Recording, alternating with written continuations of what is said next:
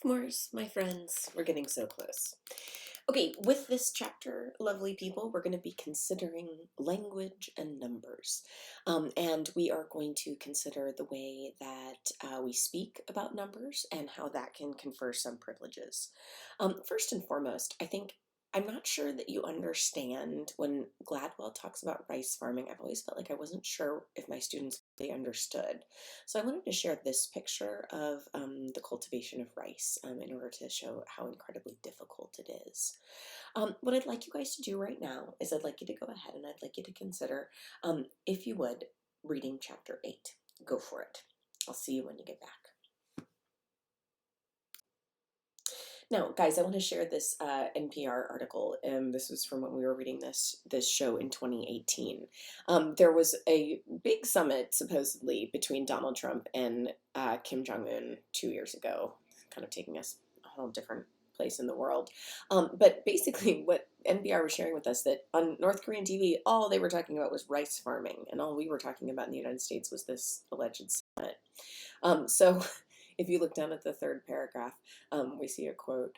North Korean TV news nowadays has been mainly about the rice planting season, says Chad O'Carroll, who monitors North Korean state media for his service. So it's a huge, huge difference in what we as a nation, the United States, were talking about and what North Korea was talking about.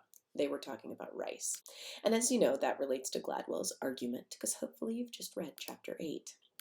Gladwell is arguing that because rice farming is meaningful work, like we learned at the very end of our discussion of opportunity when we considered the Borgenecht family, but rice farming is meaningful work, and taking the opportunity to build a rice paddy requires a lot of math. It's not just, sort of a naturey green thumb situation. So the length of Chinese number words, from what my students have reported in the past, do make it a little easier to understand the way that a number like 13 is a 10 and a 3 added together.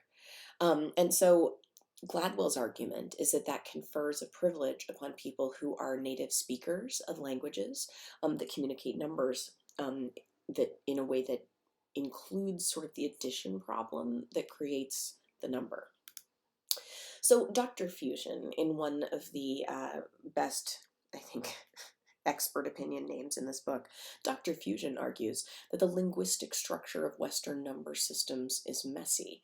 The number 13 doesn't convey the 10 and the 3. It's an entirely different number requiring an entirely different sort of understanding. It seems like a separate concept. As a result of that, like we said, Gladwell is going ahead and conferring that privilege upon native speakers of Asian languages.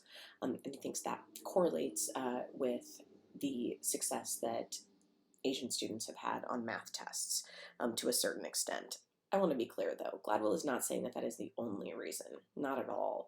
Much like he's not saying that you have to have every component of success in order to become an outlier. What he's saying is that this is one of the ways that this statistical fact is sort of playing out. Now, what we would have discussed at our table group at this point is we would have discussed math. We would have talked about how you felt about math, how the cultural experiences that you've had around math. And again, I wouldn't have let you say names of teachers because, you don't know. I could be friends with those people. Love the math department. But when it comes down to it, right, the idea of positive and negative experiences with math, I want you to consider that that's got a lot more to do with, for example, your relative age, your linguistic inherited cultural advantages, and ultimately the individuals that you met as well. So considering that your success, in particular in math, might be part of a much broader set of ideas than just like, are you smart? Now, Gladwell also goes ahead and considers that it's not just the numerical system, but it also is the hardworking sort of attitude that might confer an advantage. One of the things you would have discussed in your table groups right now is the next 4 maxims. As I read them aloud, consider the extent to which you agree or disagree, and consider the extent to which you think your parents agree or disagree with each of these individual pieces, because that has to do with your superego development, how you're being raised. So the first one, no one who rises before dawn 360 days of the year fails to make his family rich.